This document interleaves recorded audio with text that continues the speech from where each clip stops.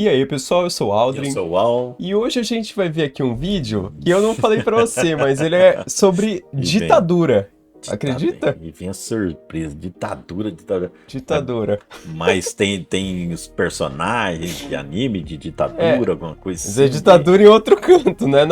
Quer dizer, é no nosso mundo, mas é uma história. Um amigo meu já me recomendou pra ver o vídeo, ele falou, pô, vê com teu pai, vocês vão adorar esse vídeo e tal. E muita gente nos comentários também já deixou, inclusive no último vídeo de Bleach, que a gente fez o narrador, tem um rapaz, eu acho que pediu esse vídeo, então eu fiquei curioso, assim, pra saber sobre essas maluquices, porque eu lembro que a gente fez da pandemia lá do WoW, lembra? Sim, eu lembro. Que é uma história assim, pô, é surreal você imaginar que aquilo aconteceu num jogo. No jogo Isso aqui, e tal. então, é num jogo também. Então É. vai ser uma maluquice. Vamos lá, é surpresa. Você tá surpreendendo nos vídeos lá, ficando surpreso, agora pegou eu, desprevenido. A tua vez. Ah, a minha também. E assim, eu nem imagino como é que aconteceu um negócio desse. Pessoal, se gostarem, então deixa o like, comentário, inscreve no canal e vamos pro vídeo. Bora pro vídeo.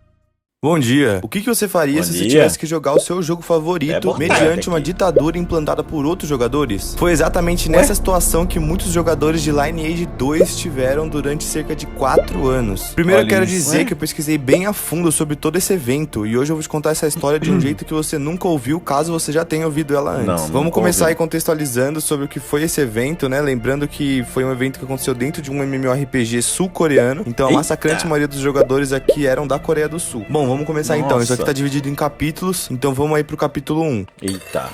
Caramba, o que os caras tá jogando vem. e os outros entraram e conseguiram... Beleza, gente, capítulo 1 então, Vamos lá. visão geral. Vamos passar um resumão aqui do que Isso, pra aconteceu. nós A tá. história em si não é em relação à ditadura, mas sim em relação à guerra que aconteceu perante essa ditadura. Esse foi o real evento. Mas aqui no Brasil você encontra esse assunto como ditadura de Lineage, enquanto em outros locais o evento é conhecido como Bart's Liberation War, ou Guerra de Caralho. Libertação de Bart's. Essa guerra aconteceu no MMORPG Lineage 2, no servidor Esses chamado nomes, Bart's, né? por isso E é que tem num esse nome. jogo. Essa guerra, na verdade, é dividida em dois momentos. E normalmente o primeiro momento é o mais citado quando Nossa, se trata tem desse primeira título. guerra e No caso, segunda foram guerra. duas guerras, né? Que Nessa doido. guerra aí, usuários de todos os servidores do jogo se uniram para poder enfrentar uma aliança formada pelos Dragon Knights, também conhecidos como DK, que basicamente assumiram o controle do servidor Bart's através de uma ditadura. Nesse Que evento, o coisa. Bart's Revolutionary Army foi criado. Então, toda vez que eu estiver Olha, falando exército- sobre exército exército revolucionário, exército de Bart's, exército anti-DK, todos esses termos se referem ao mesmo grupo. E aí, como eu tava falando então nesse evento, o exército revolucionário de Bart's foi criado para que essa guerra fosse travada. O número de usuários participantes nessa guerra foi registrado aí em cerca de 200 mil. Sim, mano, 200 mil jogador, players. Essa guerra aí cara. aconteceu ao longo Jogador, de hein? 4 anos, na vida real, Naquela no caso, né? época Porque ainda. o Cara, jogo parece seria umas a 4 Guerra horas Mundial. por dia, seria equivalente aí a 20 anos. Se você joga ou já jogou MMORPG, você já deve ter percebido que eventos parecidos acontecem o tempo todo, mas nesse caso aqui ocorreu em uma escala rara, por isso que ele é tão conhecido. Por ser um evento raro, acabou atraindo a atenção de muitas pessoas, e ele acabou virando até um exemplo representativo aí que reflete a natureza social nos jogos online, por exemplo. Na Coreia Caramba. chegou até a ser publicado um artigo de análise sobre esse Olha caso. que dá doido, pra falar cara. que é algo que se compara à Revolução Francesa, Olha! né? Só que de um jogo online, em uma escala obviamente bem menor. Enfim, que é aquela história toda do governo totalitário, o pessoal se revoltando, que vai ser referente à Primeira Guerra. Também tem a segunda desilusão, que foi uma questão sobre conflitos de interesse, Nossa, conflitos as fotos que ele internos, corrupção coloca, né? das Eu vou forças que entrando aqui lideraram na- depois da Revolução, no na caso, né? imaginação. E aí acabaram regressando pro antigo sistema, que vai ser o caso lá. da Segunda Guerra. Então vamos lá. Caramba, aí voltaram a regredir, não Vamos deu pro certo. capítulo 2 agora, Aí, o começo chega, de Luiz. tudo. Se você entrasse no servidor de Bart's do Lineage 2 em meados de 2003, você teria uma gameplay baseada numa estrutura de monopolização de castelo, onde os impostos eram coletados de forma selvagem. E as melhores Eita. áreas de caça, né, onde você consegue pegar bastante XP e bastante drop bom, estavam todas sob o governo de 3 clãs aliados que ficaram conhecidos como Aliança DK, sendo forte o Não. suficiente para serem incontestáveis. O dia a dia Ninguém nessa época aí era contestava. baseado nos jogadores pedindo desculpa e implorando aí para não serem mortos para os ditadores do servidor Olha. por terem quebrado algumas normas extremistas, por exemplo. Esses caras aí, no caso os Dragon Knights, conseguiram controle do server de forma tão agressiva porque eles eram uma guilda que já vinha do primeiro jogo, Lineage de 98. Nossa. E assim que o 2 ficou disponível para ser jogado, a guilda já estava prontificada para poder agir em relação ao maior server do jogo. E assim assim Vocês foi já feito. tavam Os 3 feito clãs um que compunham a complô, Aliança meu. DK era a guilda Gênesis, os Knights of Gods e a guilda principal, que eram os Dragonites. Lembrando aqui que a gente vai usar bastante o termo clã e guilda. É muito comum nos RPGs que a guilda tenha um número limite de jogadores. Então, um clã, ele pode ser composto por várias guildas. Então, sempre quando eu me referir a um clã aqui, a gente vai estar se referindo a uma linhagem toda, né? Agora, uma guilda em específico é um grupo em específico ali que foi criado dentro do jogo. Mas vamos lá. Depois de meses de humilhação aí, controle severo por parte da Aliança DK, foi decidido um aumento na taxa de imposto de comercialização de 10%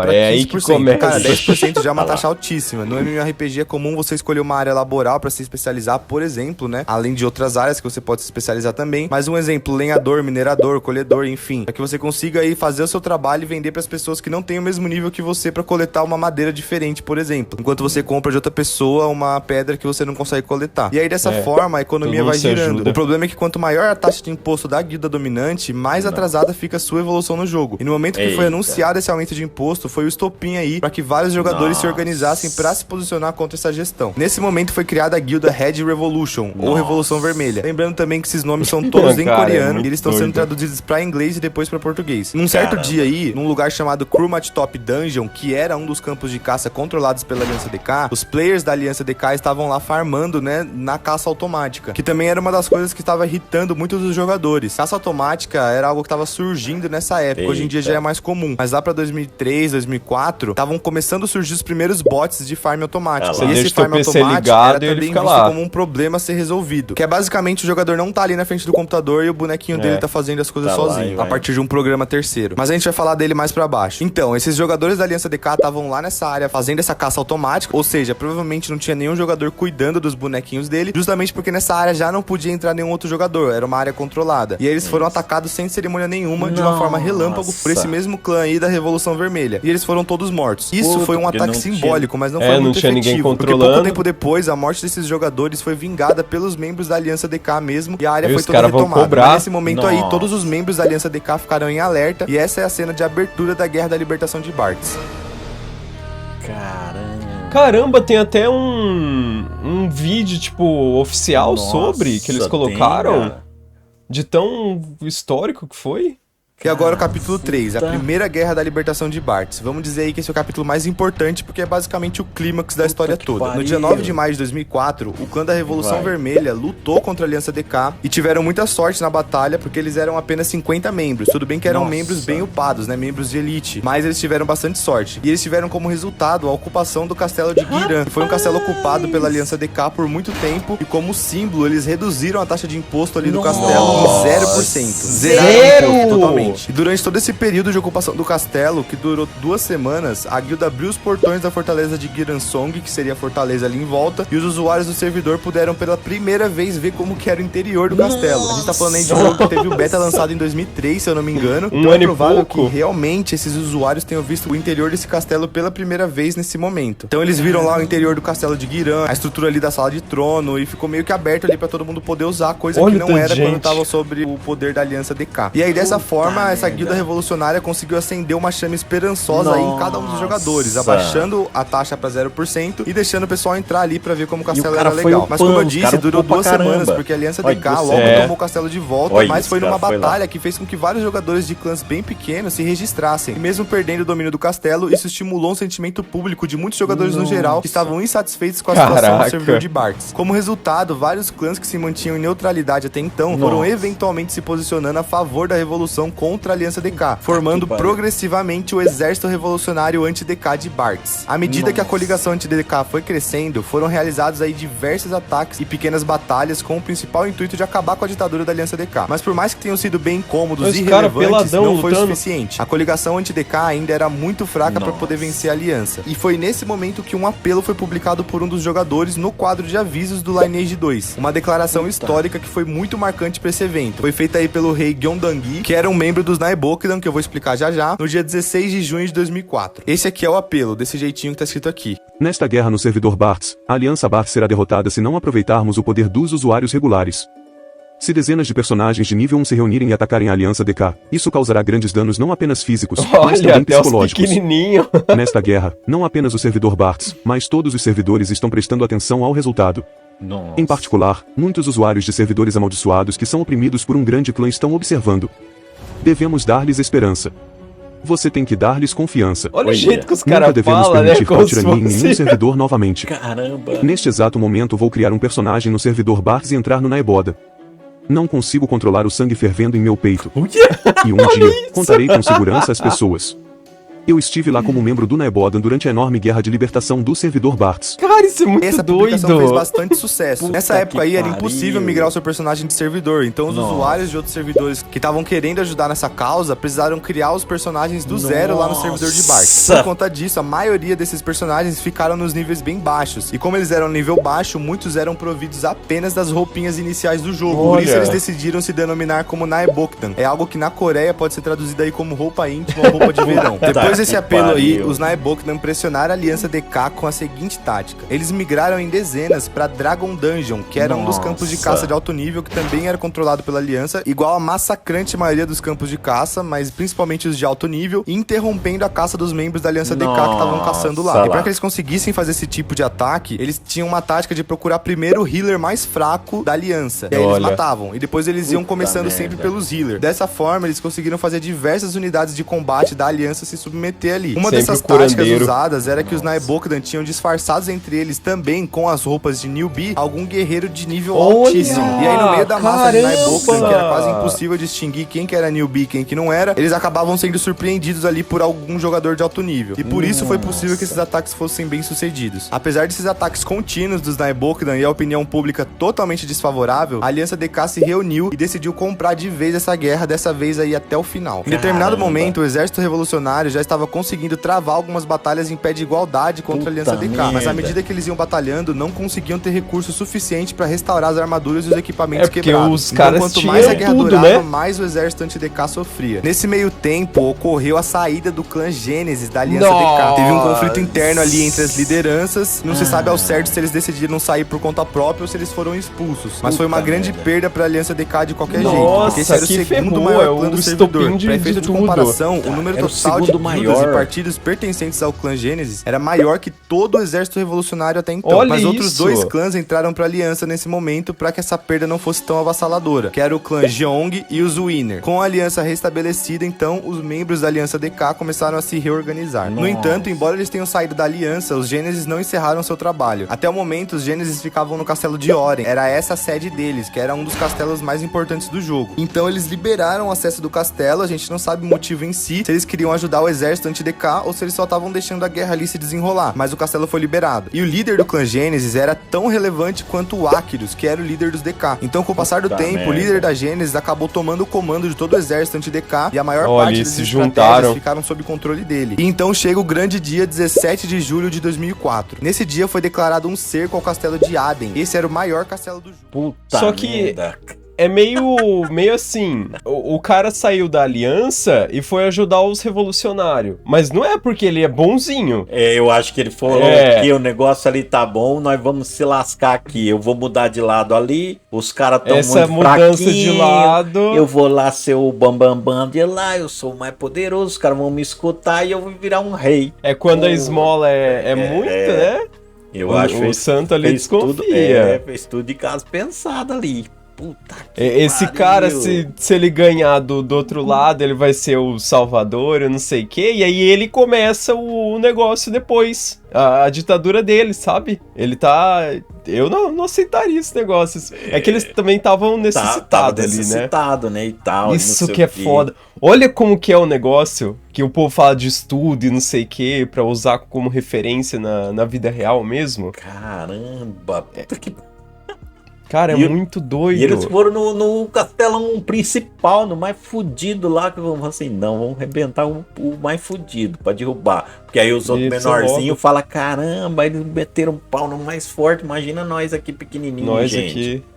Castelo do jogo e até mano. então o mais inalcançável, tido aí como a Olha lá. principal base do clã Dragon Knights e o local mais impossível de ser acessado Olha lá. no servidor. Nesse momento vai ocorrer aí uma batalha sistemática utilizando esses dois castelos, que é o castelo de Oren e o castelo de Aden, baseado nos sistemas de atraso para as inscrições dos cercos. Pra quem não sabe, o cerco seria uma guerra travada ali dentro do jogo. Normalmente quando eu quero dominar um local num RPG, eu tenho que travar essa batalha, eu tenho que abrir um número de inscrição para todos os guerreiros Pra se começar inscreverem a e essa batalha. guerra vai ser marcada pra um dia. E aí É. quando chegar esse dia, só só os que estão inscritos podem participar. E como que funcionou essa batalha sistemática, que foi basicamente uma das táticas utilizadas pelo líder da Gênesis. Faltando 10 minutos aí pro prazo de inscrição pro cerco de Aden, todas as forças revolucionárias que se inscreveram pra guerra em Oren, que inicialmente era uma guerra fake, né, que a princípio parecia que era o exército anti-DK contra o clã Gênesis, só que eles já estavam do mesmo lado, enquanto o clã Gênesis se inscrevia todo pra poder atacar o castelo de Aden. Pensando nisso, os Dragon Knights se prontificaram pra aproveitar a batalha em Oren e somar as forças pra tomar a antiga sede principal do clã Gênesis, que seria de fato uma grande conquista e poderia até colocar um ponto final na guerra, já que o cerco de Aden só tinha alguns guerreiros do Gênesis inscritos, então eles não precisavam se preocupar muito. Só que aí, faltando 8 minutos pro prazo de inscrição, o clã Gênesis desistiu do cerco de Aden completamente. Essa era a lógica, na verdade, né, já que eles estavam em poucos, não tinha por que eles continuar com essa guerra. O próprio Dragon Knights já imaginavam que eles iam desistir. Só que aí os Dragon Knights cancelaram também muitas inscrições e somaram ainda mais forças lá no castelo de Oren. E tudo isso ainda fazendo parte da tática, usando o lag do servidor ali, o atraso, né, no caso do servidor para as inscrições, no limite, todas as forças revolucionárias, tanto o exército revolucionário quanto os Gênesis, se inscreveram para atacar Aden nos últimos minutos, cara. Faltando, sei lá, 1 minuto, 2 minutos. E aí, dessa forma, o clã DK acabou entregando de mão beijada o castelo de Aden. Porque devido à limitação de tempo do jogo, já era tarde demais pra eles se inscreverem pra guerra. E aí, nesse momento, já tinham aí 26 clãs registrados pra lutar lá em Aden. E assim, a primeira estratégia após a saída da Gênesis foi bem sucedida. Só que essa batalha aí que parecia aquelas já tá estratégias ganha por conta de da fazer superioridade tanque numérica, fake na acabou se tornando guerra, um pesadelo pro exército revolucionário. Isso porque porque a princípio eles ganhariam no número. Só que eles não esperavam que os poucos guerreiros que ficaram pra defender Aden eram nada mais, nada menos que o partido de Akyros, o líder e a principal figura de todo o clã DK. O partido era formado pelos guerreiros mais upados e mais habilidosos já vistos em Lineage. No início da guerra, o partido de Akyros aniquilou 3 clãs inteiros da coligação revolucionária em segundos. E em seguida eles já começaram a devastar toda a linha de frente do exército revolucionário. Dessa forma, as forças anti-DK não estavam conseguindo nem estabelecer um acampamento ali perto da guerra. E assim que isso foi feito, o líder da Gênesis ordenou a retirada do exército revolucionário, pediu para que eles recuassem. E assim o exército revolucionário anti-DK regressou. E assim a Aliança DK conseguiu defender com sucesso o castelo de Aden. Só que aí tem mais um ponto, que isso ainda fazia mais ou menos parte da estratégia. Eles não estavam esperando que eles fossem ser massacrados, mas o fato deles não ganharem a guerra em Aden era sim uma possibilidade.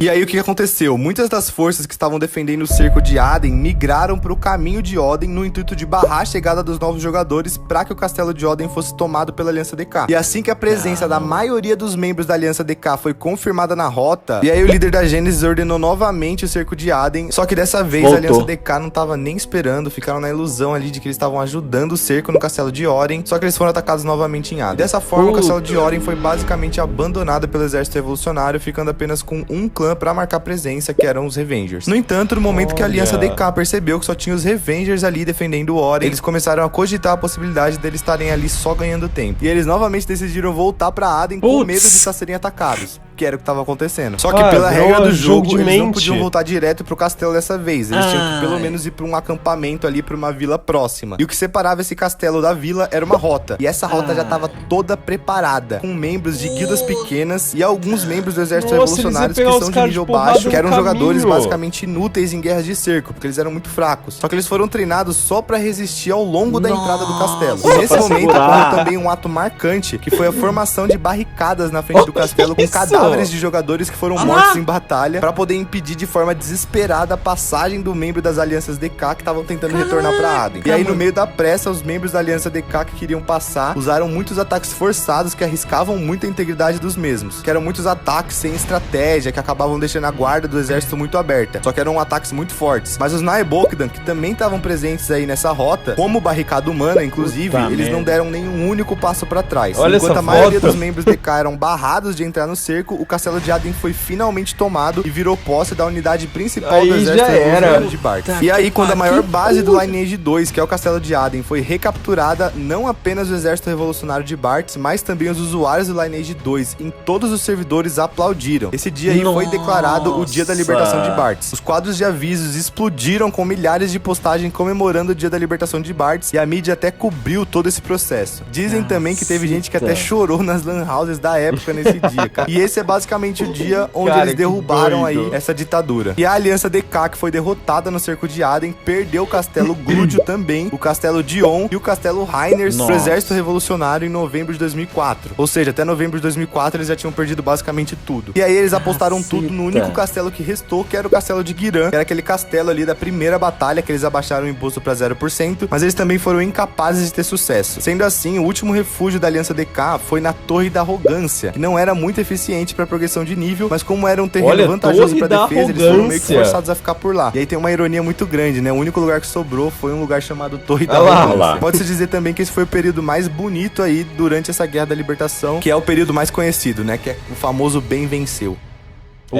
Aí o Ben, vamos ver agora o Ben, né? Do outro cara lá.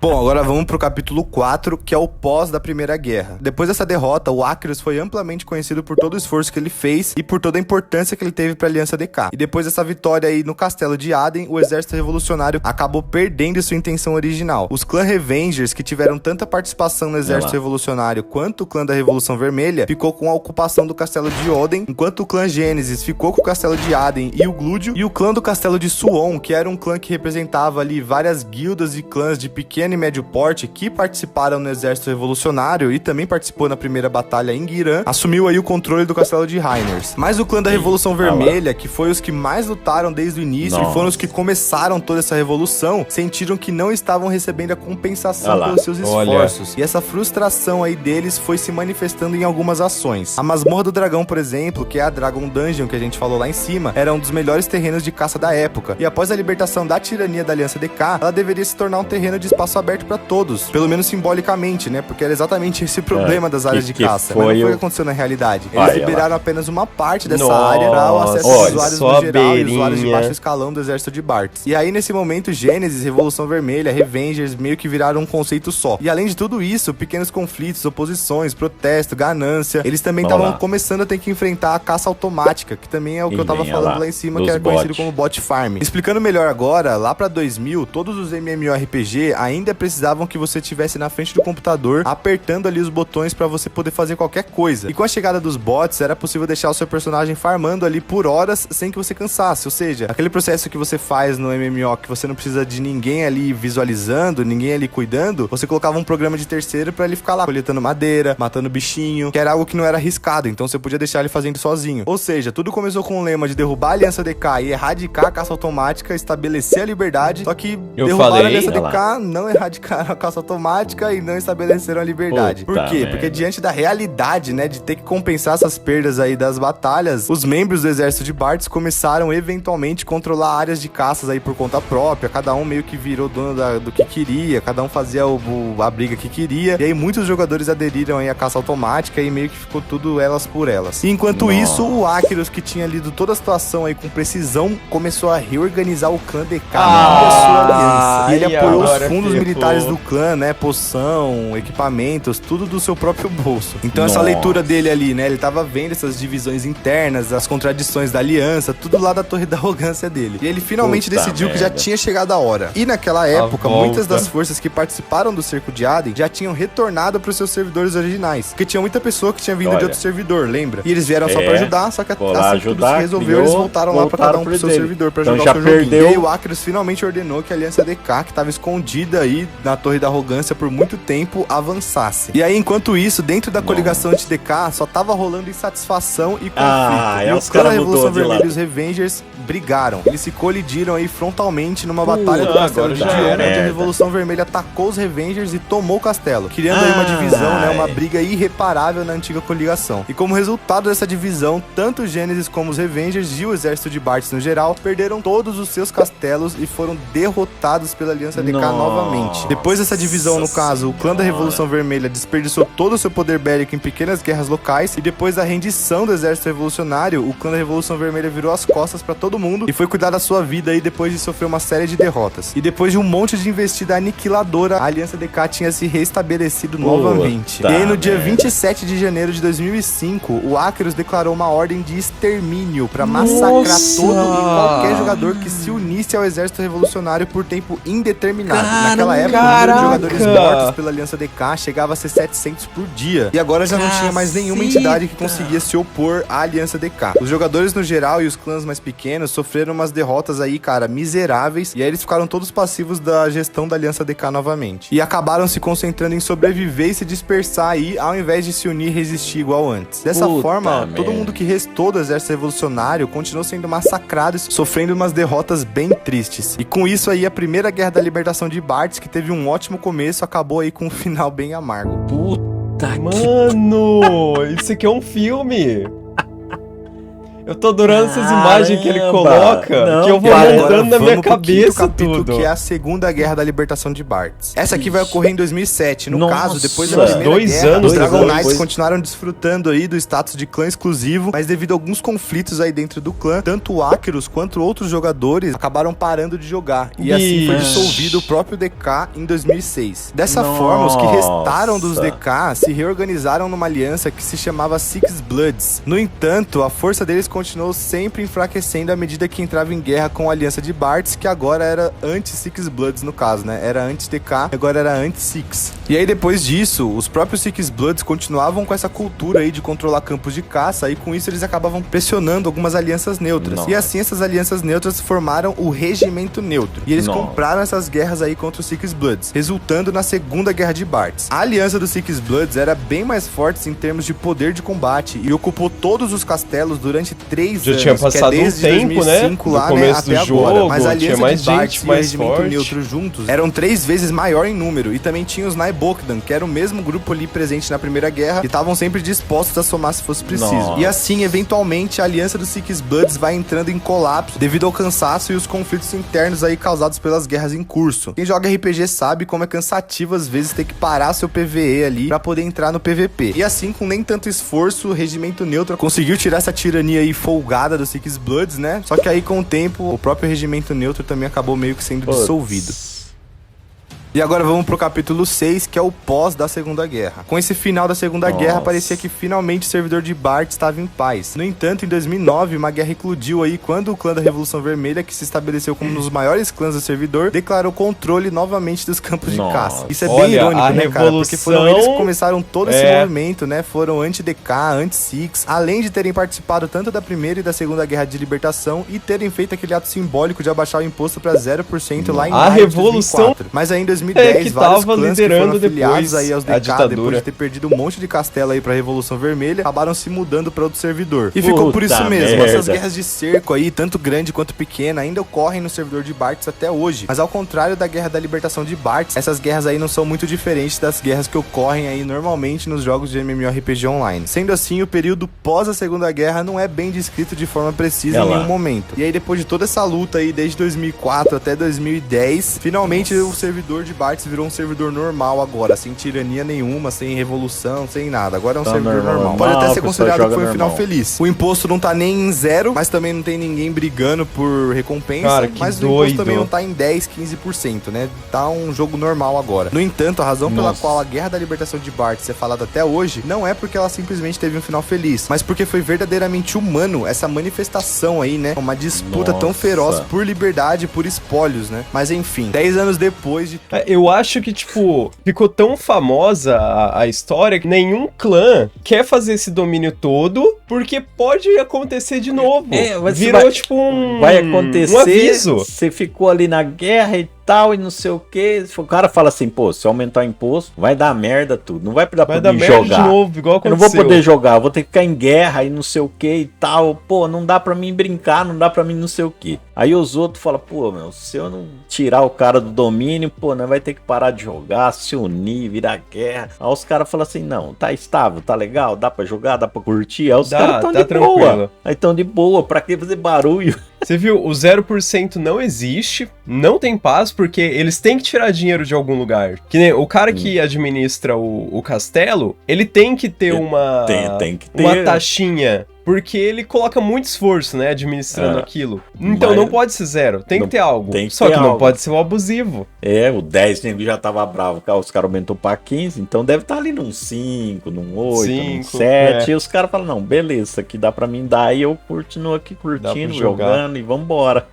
Caramba, e aquelas estratégias, cara, eu vou, eu volto, eu não sei o que e tal, e troca e muda a rota. Rapaz! Depois de tudo isso, né, em 20 de maio de 2014, a NC Soft, que é a desenvolvedora do jogo, realizou um evento relacionado à Guerra da Libertação de Bartz. E nesse evento aí foi realizada uma entrevista com o Akyros, mano, com o próprio Olha, Akyros. do E de acordo com Nossa! ele saiu ali do Lineage depois daquele dia e acabou se concentrando aí nos seus projetos pessoais. Ele também disse que qualquer pessoa que usar o nome Akyros, né, o nickname Akyros em algum outro jogo, era alguém se passando por ele, dando a entender aí que ele não tá mais nesse Não meio de joga jogo no mais. geral.